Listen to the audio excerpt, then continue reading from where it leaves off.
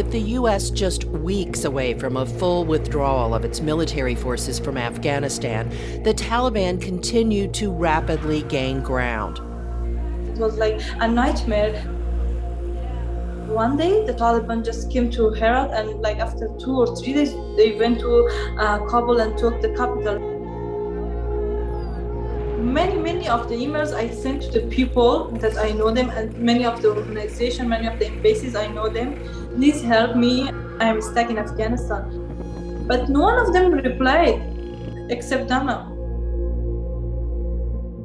Dana is an Israeli-British journalist who spent about a year in Afghanistan in 2017 and wrote a story for the New York Times about the first Afghan girls robotics team.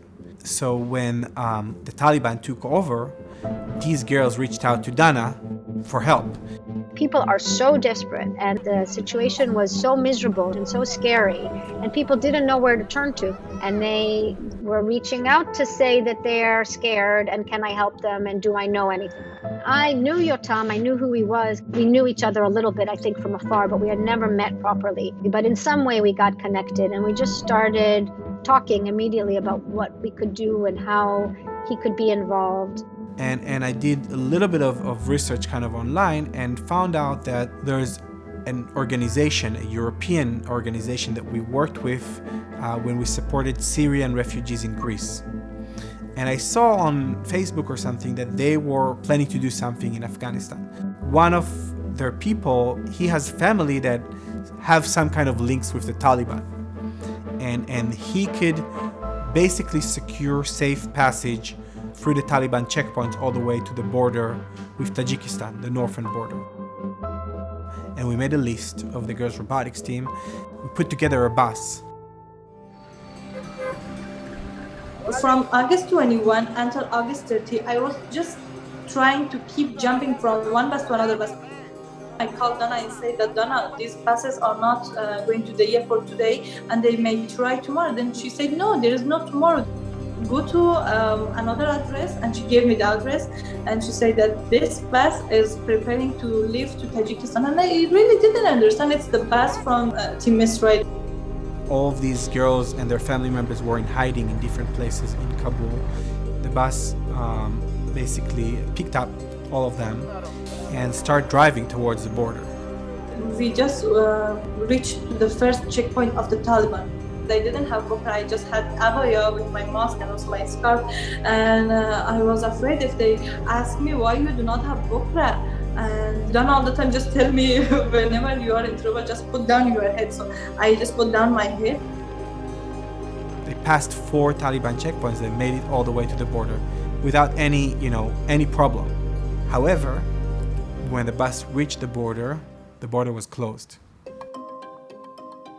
We realized we didn't really think about that. So they were there on the border, surrounded by Taliban, and we realized we have to find a way to convince the president of Tajikistan. We also knew that the only way to get them visa would be to convince the president. You can't go to anyone below him. So we started calling everyone. We started calling donors that we knew had some connections with high-level politicians. We called people who we heard they were investors in the country. And we reached to a very high level. I mean, it's all a domino effect. In order to get into Tajikistan, we needed to promise the Tajik government that we would be able to move them out of Tajikistan within 3 days. And we just were trying everywhere we could, which could be the second country. This is not the country that they would resettle in, but the country that we could tell Tajikistan they were going after they just went out through Tajikistan. And then another good friend of mine told me he has some high-level contacts in the UAE. And he was able to call a very famous TV personality there that he knew.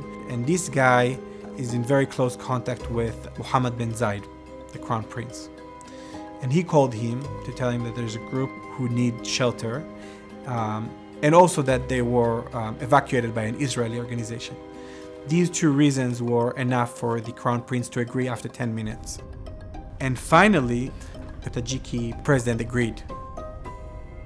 And then we got a charter flight. We got them all on the charter flight. 42 of these Afghans who flew over to Abu Dhabi. And the plane landed in Abu Dhabi. And I remember like they were waiting like almost with the red carpet. They wanted to show that the partnership between Israel and the Emirates is about shared values. Well, up until like 2 seconds ago, Israel and the UAE, at least formally, had no connections between them. I mean, it was so new, these Abraham Accords, and so new that we have this connection.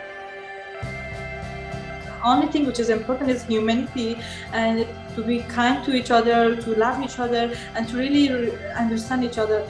All the time in Afghanistan, they say that Afghans are like sisters and brothers to each other, but no one of those sisters and brothers really helped me, except my friend who is from Israel.